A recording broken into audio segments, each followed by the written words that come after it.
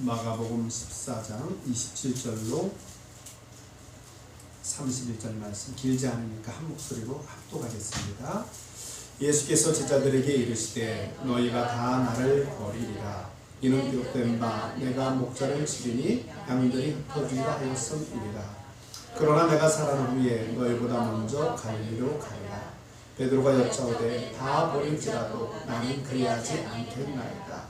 예수께서 이르시되 내가 진실로 네게 이르노니 오늘 이 밤 닭이 두 번 울기 전에 세 번 나를 부인하리라.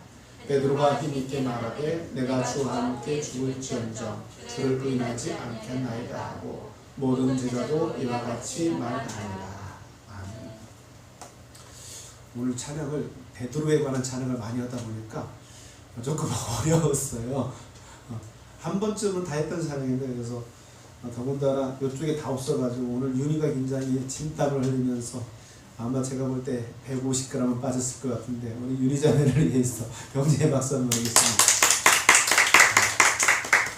제가 잘못했어요. 촬영을 좀 일찍 올려줘야 되는데 금요일날 올려줘가지고 다음 주에는 진영이가 오니까 두 곡 안 해도 되니까. 자, 지금 말씀드린 것처럼 오늘 이야기의 중심은 베드로입니다. 베드로인데 좋은 의미보다는 사실 이제 부정적인 의미죠.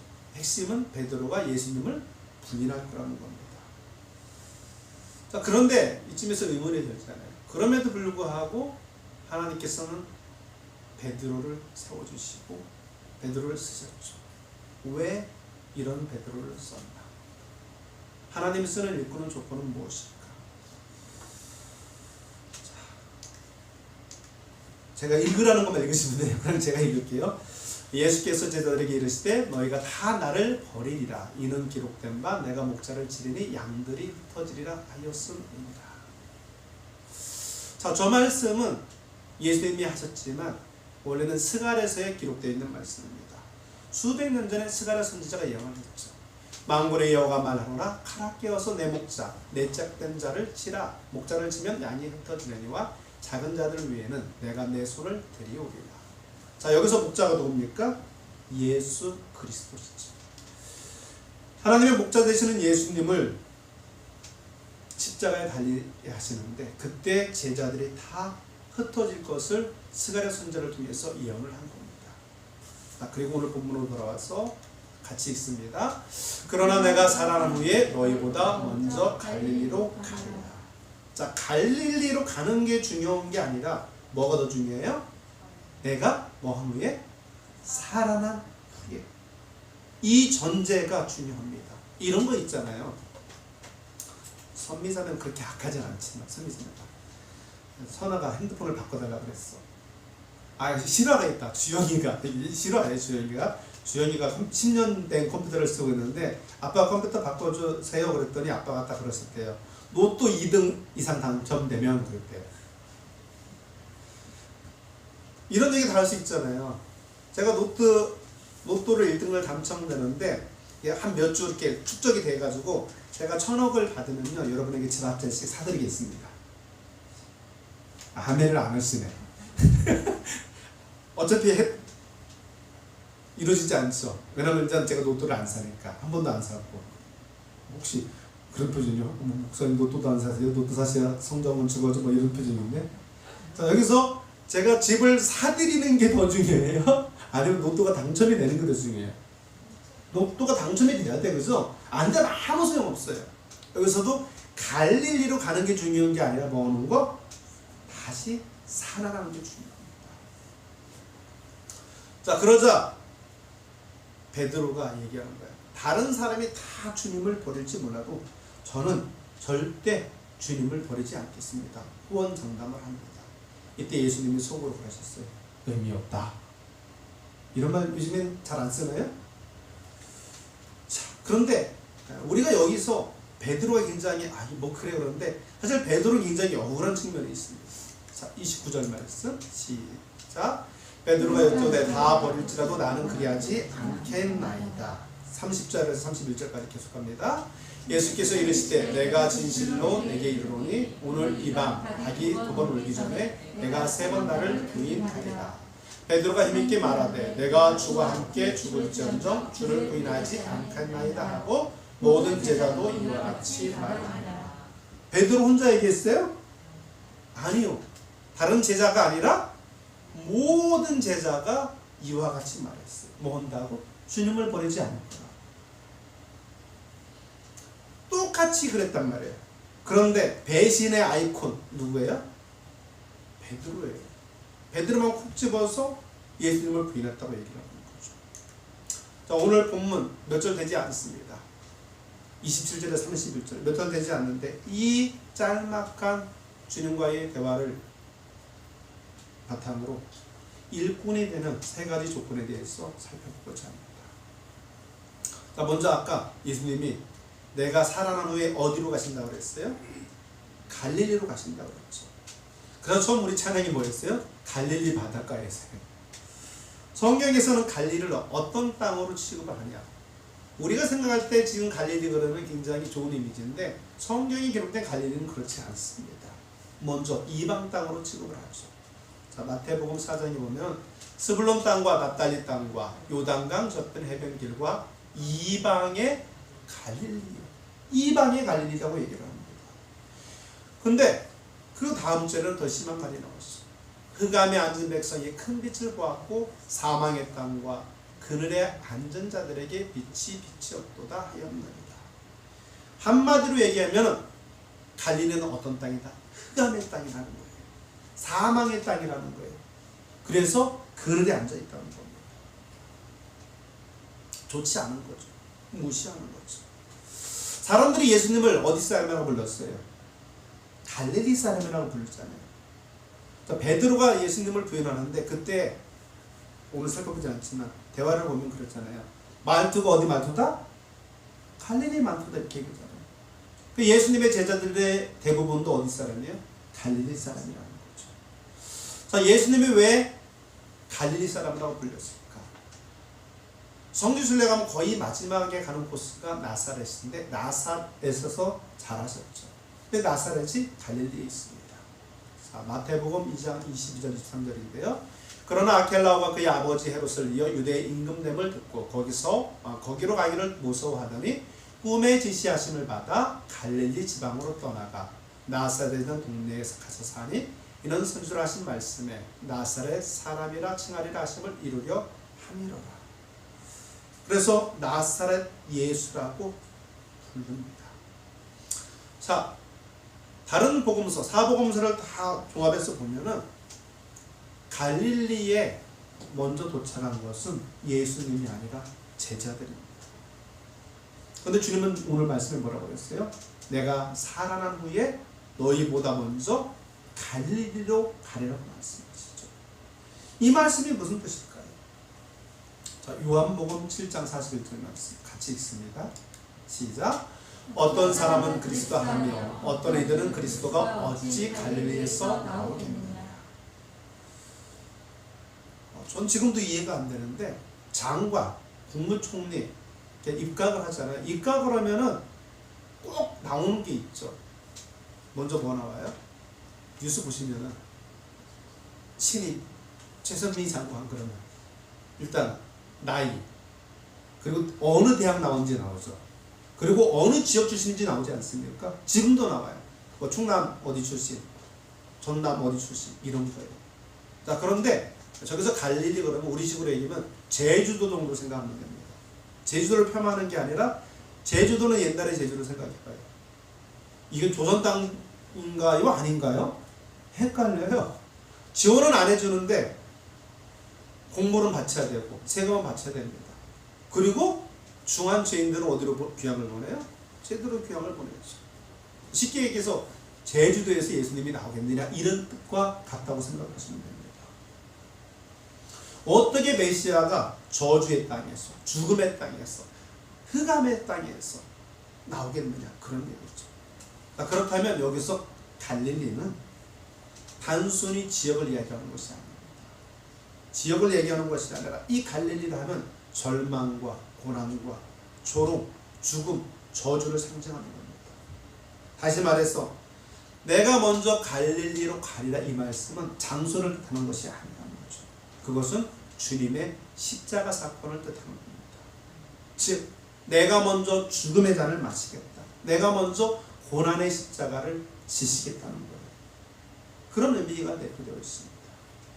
그리고 예수님은 그들에게 그 길을 따르도록 유혹하시죠. 실제로 예수님의 12제자가 가룟 유다 빼고는 다 어떻게 해요? 순교를 당하잖아요. 예수님처럼 십자가 달리기도 하고 온갖 방법으로 순교를 당합니다. 자, 이 이야기를 종합해 볼 때 일꾼의 첫 번째 조건은 무엇이냐? 뭐를 통과해야 된다? 주님의 십자가를 통과해야 한다는 겁니다. 그리스도와 함께 십자가에 못 박혀야 된다는 거예요. 그리스도와 함께 십자가에 못 박히지 않으면 주님의 제자와 하나님 나라의 일꾼이 절대 될 수 없다는 겁니다. 자, 28절 말씀 다시 한번 읽습니다. 그러나 내가 살아난 후에 너희보다 먼저 갈릴리로 가리라. 자, 여기서 살아난 후에라는 구절은 예수 그리스도의 십자가 사건을 전제로 합니다. 그런데 그 십자가에서 목자이신 예수님이 돌아가시고 난 뒤에 제자들이 어떻게 돼요? 이분은 우리를 구원할 메시아야. 로마 약자로부터 우리 민족을 해방시켜 줄 거야. 이렇게 생각했던 메시아인데 십자가에 달려서 험하게 죽음을 맞이합니다. 그러자 모든 희망을 잃고 그들은 뿔뿔이 흩어져 버리죠. 그래서 하나님이 그리스도를 이 땅에 보내시면서 이리 때에게 보내신다고 말씀합니다. 예수님의 발걸음을 쫓는 성도들의 삶에도 마찬가지입니다. 우리에게 항상 영광의 면류관만 있는 것이 아니라는 것. 십자가의 제자로서 살아가는 삶에는 고난이 있고 억울함이 있습니다. 예수 믿기 때문에 당하는 억울함이 있어요. 이번 코로나19 사태만 봐도 그렇지 않습니까? 교회를 통해서 코로나가 전파되는 건 사실이지만 코로나의 전파의 온상이 교회는 아니잖아요. 왜 직장에 가면 교회 다니는 사람들만 교회 갔다 왔냐고 물어보냐. 굉장히 말도 안 되는 기사를 읽었는데 오늘 아침에 어느 교회에서 헌혈을 하기로 했대요. 요즘에 굉장히 피가 모자라잖아요. 그래서 진짜 결단을 한 거잖아요. 그래서 교회에 버스 2대를 세워놓고 교인들이 동참을 하게 됐어요. 그런데 관공서에서 공문이 왔어요. 안 된다. 그것도 뭐에 들어간다는 거예요? 교회 이름으로 하는 소모임이라고 안 된대요. 그러면서 지시사항이 나왔는데 뭐냐면 주민자치센터에 버스를 옮겨놓고 거기서 헌혈을 하래요. 그래서 그 목사님이 생각하기에 교회에서 하면 코로나가 걸리고 주민자치센터에 가서 하면 안 걸리나. 이게 또 예수 믿기 때문에 당하는 고난 중에 하나인 거죠. 자, 그래서 우리는 십자가를 통과하지 않으면 변화를 경험할 수가 없습니다. 주의 일을 하는 사람도 마찬가지예요. 그 십자가 연애를 경험하지 못하는 사람, 일을 할 수 있습니다. 직분자가 될 수 있습니다. 그런데 그 사람을 통해서 변화를 이끌어내기는 쉽지 않습니다. 그래서 오늘날 우리가 정직하게 나 자신에 대해서 물어봐야 될 것은 나는 과연 예수 그리스도의 십자가를 통과한 경험이 있는가? 이거를 생각해 봐야 된다는 겁니다. 어느 목사님이 장로님들을 모시고 성경 공부를 하다 깜짝 놀랐어요. 존경받은 장로님입니다. 굉장히 신실하신 장로님이라고 생각했는데 성경 공부를 하면서 그를 떼세워 고백을 하는 거예요. 목사님, 예수님이 나를 위해서 십자가를 지신 것을 이제야 깨달았어요. 뭐 이런 일이 있을 수 있냐 그러는데 이런 일이 있을 수 있습니다. 그래서 이런 말이 있어요. 시작. 신앙에 적은 상식과 교양일 수도 있다. 상식과 교양이라고 안 했어요. 뭐라 그랬어요? 교양일 수도 있다. 자, 우리가 신앙생활을 하지만 상식이 있고 교양이 있어야 됩니다. 그런데 상식과 교양만 있는 건 문제죠. 윤리도덕적으로 건강한 생활을 합니다. 열심히 신앙생활을 합니다. 그런데 거듭난 경험이 없는 사람이 있습니다. 그리스도의 십자가 앞에서 철저히 자신을 죄인으로 고백한 경험이 없는 사람이 있을 수 있다는 거예요. 구원의 은혜 강력해본 경험이 없다면 그런 사람을 주님의 일꾼이라고 부르기가 쉽지 않다는 거죠. 그런데 교회라는 데가 그렇지 않습니까? 교회를 다니기 시작했어요. 또 원래 이 사람이 열심히 있어요. 그래서 절대 빠지지 않습니다. 주일 예배만 안 빠지는 것이 아니라 수요 예배도 안 빠지고 주일 저녁 예배도 안 빠져요. 그리고 모든 참석하는 모임에 다 참석합니다. 봉사니까 봉사 다 합니다. 그런데 이건 내 열심, 내 만족을 위해서 하는 거예요. 그렇게 열심히 하다 보니까 투표회에서 안수집사가 되고 장로가 돼요. 그런데 정작 십자가의 주님을 못 만나는 경우가 있을 수 있다는 거죠. 여러분, 베드로는 지금껏 예수님을 열심히 따랐습니다. 그리고 자칭 베드로는 뭐예요? 수치자예요. 그런데 문제는 베드로의 내면에는 예수님을 통해서 뭔가를 얻으려는 그런 세속적인 야망이 있다는 거죠. 저분이 나의 구세주야 이런 게 아니라 저분이 이 땅에 영으로 오실 때 나도 뭔가 한 자리 해먹을 수 있어. 그 마음이 있다는 겁니다. 박윤선 목사님이라고 있습니다. 굉장히 존경받는 신학자이며 선교자이시죠. 이분이 신대원에서 학생들을 가르치는데 3학년 수업 때 3학년 1학기 수업, 그러니까 한 학기만 마치면 나가서 강도사하고 전도사, 이미 다 전도사니까 강도사하고 좀 있으면 목사 안수를 받을 사람들인데 그 사람들한테 늘 질문하는 거, 수업 시간마다 이렇게 시작! 이 길이 아니라고 생각되는 사람은 지금이라도 돌아가십시오. 보통 신대원 3학년이면 6년을 신학을 한 거예요. 신학교 4년, 신대원 2년. 그런데 늘 묻는 게, 수업 시간마다 묻는 게, 이 길이 아니라고 생각하면 지금이라도 돌아가십시오. 저 왜 이 얘기를 합니까? 신학교에 소명 없이 올 수도 있거든요. 가장 대표적인 게 부모님이 목회자인 경우. 저는 상건이 상훈이가 목회자의 길을 가는 걸 원치 않아요. 아니, 원치 않는다기보다도 자기들이 부름을 안 받으면 가라고 안 씁니다. 그런데 옛날엔 그렇지 않았잖아요. 자식이 몇 있으면 하나는 꼭 목회자를 만들려고 했잖아요. 그래서 굴러 골라서 누군가 하나를 보내요. 억지로. 그렇게 해서 신학교 가는 경우가 있습니다. 그리고 부모님이 성운으로 보내는 경우가 있어요. 목회자가 아니라 은혜 받았어요. 또 어떤 경우가 있냐, 수련회를 갔는데 은혜를 받았는데 은혜를 받았는데 이게 주님의 음성인지 안에 있는 내면의 음성인지 모르는데 그 신학교 간다고 대답을 하고 가. 안 가면 찝찝하니까. 그런 경우가 있다는 거죠. 근데 한국 교회는 여러분 신학교에 들어가는 순간부터 뭐라고 불러요? 전도사명으로 불러요. 그 타이틀을 갖는 거예요. 내가 원하든 원하지 않든. 그러다 보니까 중간에 굉장히 많이 나오도 합니다. 오살교에 있을 때만 해도 굉장히 많은 신학생들이 신학교를 졸업하고 아니면 중간에 휴학을 하는 경우를 굉장히 많이 봤어요. 어느 목사님이 미국 콜로라도 덴버에 있는 신학교에 갔어요. 가자마자 이분이 뭘 했냐? 족구를 하셨어요. 족구를 하다가 쉬는 시간에 이제 신학생들하고 만나서 이야기를 하잖아요. 한 청년과 대화를 나눕니다. 근데 이 청년이 현직 치과 의사예요. 목사님, 아니 야, 치과 의사 근데 왜 뭐로 신학교에 왔어? 그랬더니 이 치과 의사가 이야기를 하는 거예요. 저는 목사가 되려고 신학교에 온 것이 아닙니다. 아니 그럼 왜 왔어? 그랬더니 이렇게 대답하는 거예요. 1년 동안 이 신학교를 다니면서 과연 내가 부름을 받은 사람인지를 점검하고 싶다는 거예요. 신학교를 1년 다녔는데 이게 내 소명인 것 같다 그러면 어떻게 해요? 하나님의 부르심에 순종해서 신학을 하겠다는 거예요. 근데 아니다 싶으면 과감하게 돌이키겠다는 거죠. 어쩌면 저는 이것이 맞다고 봅니다.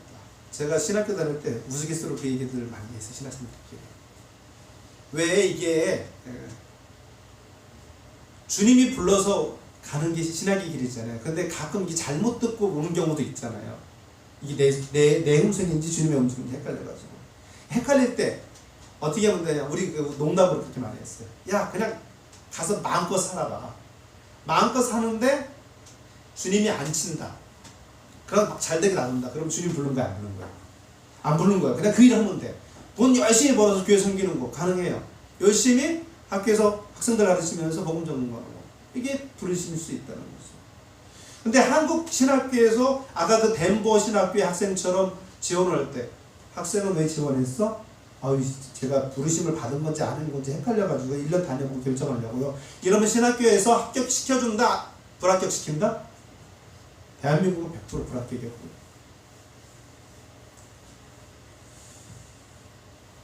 자, 예수님이 베드로 사도를 불렀습니다. 불렀어요. 뭐로 불렀어요? 성경은 사람을 낚는 어부가 되게 한다. 자, 그런데 그 답이 중요해요. 예수님이 베드로를 왜 부르셨을까? 그의 여신 때문에? 그의 자질 때문에? 베드로 같은 사람은 어디를 가든지 인정을 받습니다. 일단 열심히 있잖아요. 리더십이 있잖아요. 그런데 주님은 그것 때문에 베드로를 부르신 것이 아니라는 거죠. 중요한 것은 예수님은 그가 십자가를 경험했는지 여부를 살피십니다. 그러고는 아직 그가 십자가를 맞닥뜨린 경험이 없는 것을 아시고 내가 먼저 갈릴리로 가겠다고 말씀하시는 거죠. 자, 29절 말씀 시작. 베드로가 여짜오되 다 버릴지라도 나는 그리하지 않겠나이다. 여러분, 저 말이 베드로의 진심이 아니면 얼떨결에 나온 대답이에요? 진짜 헷갈리죠? 베드로의 진심입니다. 위선을 떤 게 아니에요. 오히려 너무 진심인 게 문제인 거예요. 베드로가 진심으로 다른 사람들은 다 예수님을 버릴지라도 저는 절대로 버리지 않겠다고 이야기를 합니다. 이 얘기를 듣는 제자 옆에서 누가 이렇게 얘기를 해요. 그러면 여러분 같으면 기분이 좋아요, 나빠요? 나쁘죠. 그래서 옆에 있는 제자들도 뭐라 그래요? 반사. 나도. 다 그렇게 대답하는 겁니다. 다른 제자들은 얼마나 기분 나빴을까요? 왜? 다른 제자들은 다 버릴지라도 그랬잖아요. 자신들을 깔아뭉긴 거잖아요. 그래서 앞다투어서 절대 예수님을 배반하지 않겠다고 고백을 하는 거죠. 그런데 우리가 잘 아는 것처럼 겟세마네 동산에서 예수님이 붙잡혔을 때 제자들이 어떻게 합니까? 오늘 우리가 이거 본문을 기록한 마가는 혼이불을 덮어쓰고 도망가다 벗겨지니까 벌거벗은 채로 도망갑니다. 그리고 오늘의 주인공 베드로는 3번이나 예수님을 부인하고 도망을 갔습니다. 그리고 고향으로 내려가죠. 고향으로 내려가는데 혼자 내려가냐? 아니요. 또 죄다 데리고 내려가요. 그게 베드로입니다. 다 뿔뿔이 흩어지죠. 그런데 참 놀라운 것은 주님께서 도망간 그 현장까지 찾아가서 그들을 만나셨다는 겁니다. 부활하신 주님은 베드로를 찾아가셨습니다. 여러분, 근데 한번 베드로 입장에서 여러분이 베드로예요. 기뻤을까요? 비참했을까요? 이건 굉장히 비참한 거예요. 자기가 호언장담을 했잖아요. 절대 주님을 버리지 않겠다고. 그런데 기껏해야 그 밤이 셀 때까지 아니고 닭이 3번 울기 전에 이미 부인을 해버리죠. 그러니까 지금 상황, 밤새 고기를 잡으려고 그물을 던졌습니다. 그런데 피레미 새끼 한 마리 못 건지는 거예요. 그런데 무트로 나와보니 해변에 숯불이 피어있고 거기에 떡과 고기가 구워지고 있습니다. 아침이 준비되어 있는 거죠. 자, 그런데 숯불에 스승인 예수님의 얼굴이 비치죠. 그때 어떤 생각이 들었을까요? 베드로가 예수님이 잡히시던 밤에 뭐 하고 있었어요? 불을 쬐고 있었잖아요. 그 모습이 오버랩되는 거죠. 그때 주님이 물으시죠. 시작. 요한의 아들 시몬아, 내가 나를 사랑하느냐? 요한의 아들 시몬아, 내가 나를 사랑하느냐? 요한의 아들 시몬아, 내가 나를 사랑하느냐? 3번을 물으십니다. 물론 언어적으로는 뭐 아가페의 사랑이냐 필레오의 사랑이냐 그게 중요한 게 아니라 3번을 물으셔요. 근데 여러분, 저나 여러분 같으면 솔직히 저렇게 물었겠어요? 솔직히 에이 그 새끼야 네가 그러고도 수치되냐? 이렇게 안 했을 뿐만 손 들어보세요. 다 그렇게 했을 거라고요. 내지는 다시 준비됐니? 너 왜 그랬니? 이렇게 물으셔야 되는데 그렇게 묻지 않고 사랑을 확인하시죠. 그때 베드로가 대답을 합니다. 요한복음 21장 17절 말씀 시작. 근심하여 이르되 주님 모든 것을 아시오매 내가 주님을 사랑하는 줄을 주님께서 아시나이다. 예수께서 이르시되 내 양을 먹이라. 자, 그때서 비로소 베드로가 깨달은 거예요. 뭘 깨달았느냐? 자기가 먼저 주님을 사랑할 수 없다는 사실을 깨닫습니다. 주님이 먼저 그를 사랑하지 않으면 그를 먼저 사랑할 수 없다는 것을 깨닫는 거예요. 주 예수께서 나를 먼저 사랑하십니다. 신앙도 사랑도 주님이 찾아오셔야 가능합니다. 그때부터 베드로는 그의 자아를 완전히 내려놓고 주님께 붙잡히죠. 그래서 우리를 향한 하나님의 사랑이 눈뜨는 것, 이것이 두 번째 일꾼의 조건입니다. 여러분, 신앙에는 두 단계가 있죠. 뭐냐? 우리가 신앙을 붙들고 가는 단계가 있습니다. 그런데 그 다음 단계는 하나님이 우리를 붙드는 단계예요. 이 고비를 넘는데 오랜 시간과 오랜 경험이 필요합니다. 자, 예수님이 부활 후에 갈릴리 바닷가에서 베드로를 다시 만나셨어요. 그리고 뭐라고 그러셨어요? 사랑하는 시몬아. 아니, 그런데 전에 분명히 뭐라고 그러셨어요? 너를 다시는 시몬이라 부르지 않고 게바라, 반석이라 얘기하겠다. 베드로가 반석 아닙니까? 그런데 다시 뭘로 불러요? 옛 이름 시몬으로 부르는 거죠. 시몬은 베드로의 옛 이름입니다. 그의 옛 자아와 정체성을 다시 한번 확인시켜주는 거죠. 그러고는 베드로를 향한 하나님의 사랑을 다시금 확인시켜줍니다. 여러분, 사랑받은 경험이 없으면 다른 사람을 사랑하는 것이 쉽지 않습니다. 누군가에게 존중받은 경험이 있을 때 우리는 누군가를 존중할 수 있습니다. 그런데 놀라운 것은요, 한국의 부모들 대부분까지는 아니고 많은 부분이 자녀를 사랑하는 방법에 대해서 굉장히 무지합니다. 특히 요즘처럼 굉장히 비참한 뉴스를 접해보기는 참 어려워요. 힘들어요. 자기에게 있는 상처와 아픔을 자녀들에게 대물림하지 않겠다고 하는데 그것을 대물림하는 경우가 굉장히 많다는 거죠. 여러분, 자녀를 낳았는데 자녀가 저절로 사랑스러워집니까? 아니에요. 자녀를 어떻게 사랑해야 하는지 공부하고 노력해야 됩니다. 감사한 것은 요즘에 그런 것을 갖다 많이 교육시키죠. 결혼 예비 학교라든가 아니면 아버지 학교 통해서 많이 공부를 시키죠. 자, 베드로가 주님의 사랑에 눈뜰 수 있었던 것은 그가 주님을 찾았기 때문이 아니라 주님이 그를 찾아오셨기 때문입니다. 실패한 제자를 찾아오셔서 내 양을 먹이라고 하시며 사명을 회복시켜 주시기 때문입니다. 비참한 베드로의 아침이 아름다운 아침으로 바뀌는 순간이죠. 그 뒤에 베드로는 전과는 전혀 다른 사람이 됩니다. 자, 베드로가 쓴 책이 있죠. 베드로 전서, 베드로 후서. 그 책에 보면은, 그 성경책에 보면 베드로의 젊은 시절의 혈기는 다 없었고 온데간데가 없습니다. 그리고 사랑만 넘치고 오직 주님만 드러냅니다. 여러분, 사랑하는 사람들끼리 뭐가 뚝뚝 떨어진다 그러죠? 물물이 뚝뚝 떨어진다 그러죠. 베드로 전후서에 보면 사랑이 뚝뚝 떨어집니다. 꿀물이 뚝뚝 떨어집니다. 왜? 그것은 사랑받는 자만이 쓸 수 있는 글이기 때문에 그렇습니다. 사랑받는 자만이 진정한 사랑을 말할 수 있기 때문입니다. 그래서 성경에는 율법의 왕성이 뭐라고 그랬어요?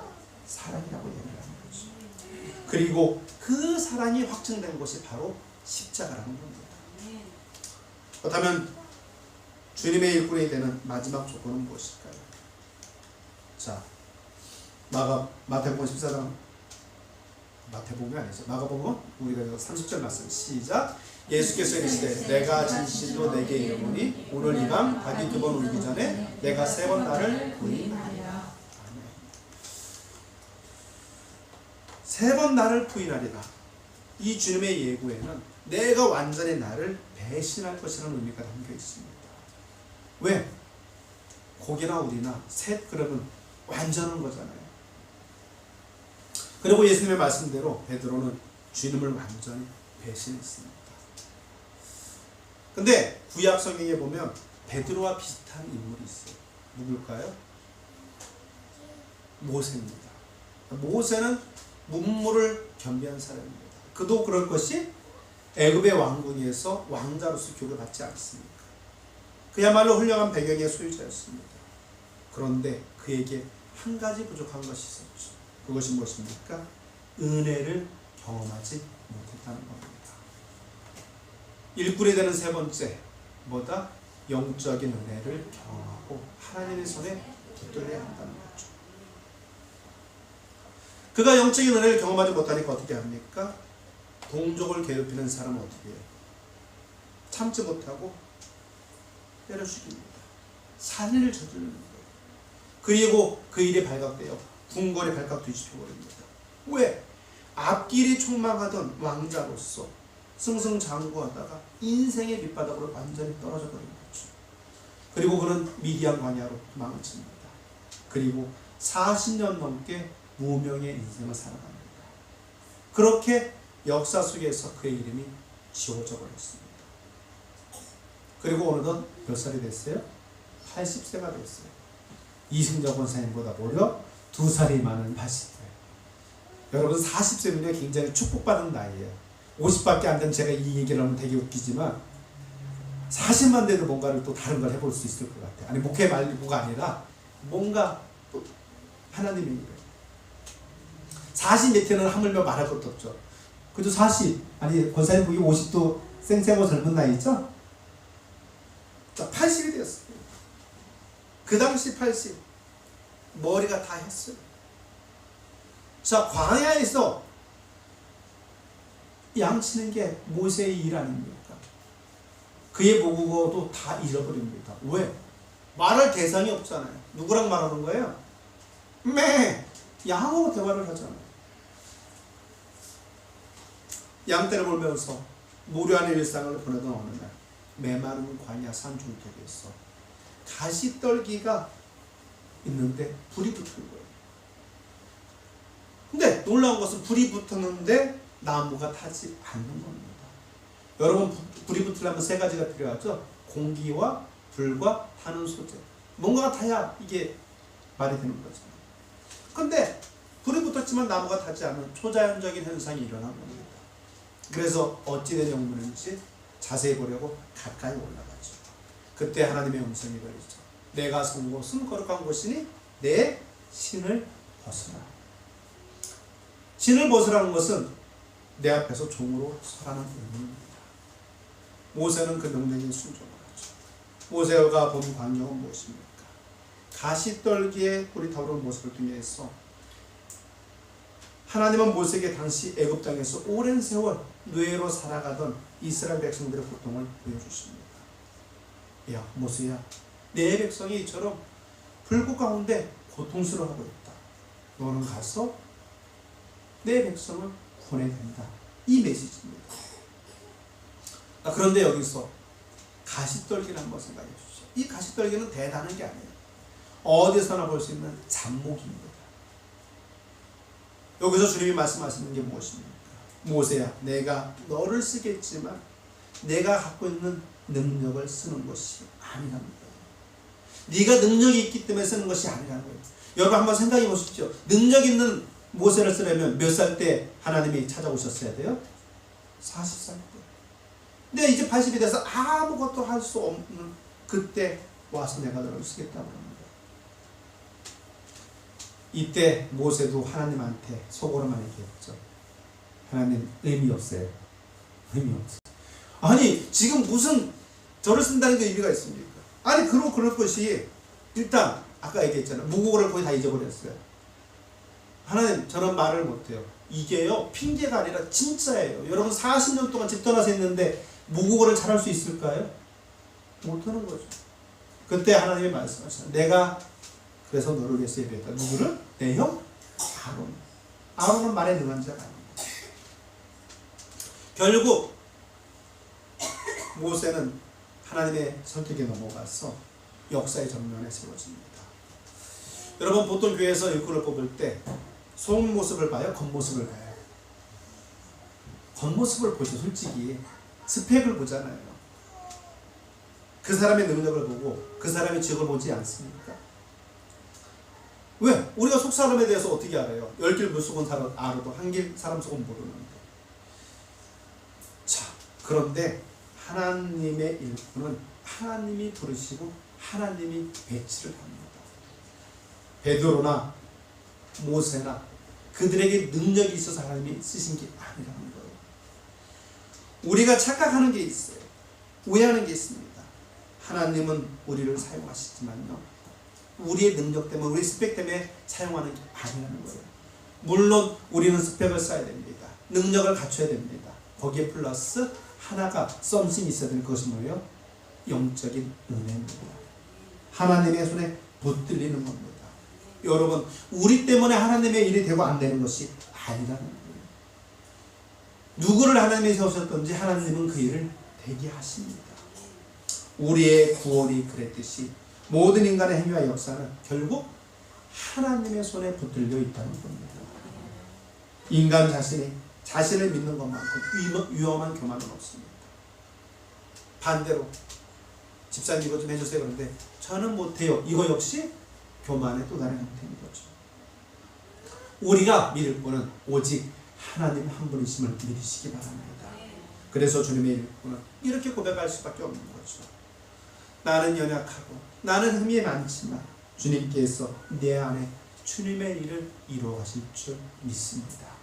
그 고백이 저와 여러분의 고백이 되기를 바랍니다. 기도하겠습니다.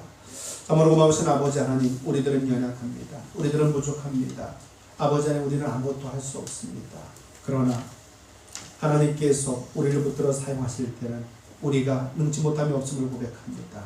하나님 주님의 은혜로 우리 가운데 채워주시옵소서. 주님의 충만이 우리 가운데 있게 하여 주시옵소서. 아버지 하나님, 그리하여 베드로를 사용하시고 모세를 사용하셔서 하나님의 일을 이루신 것처럼 우리를 사용하여 하나님의 일을 이루어 주시옵소서. 우리 구주 예수 그리스도의 이름으로 감사하며 기도드립니다. 아멘.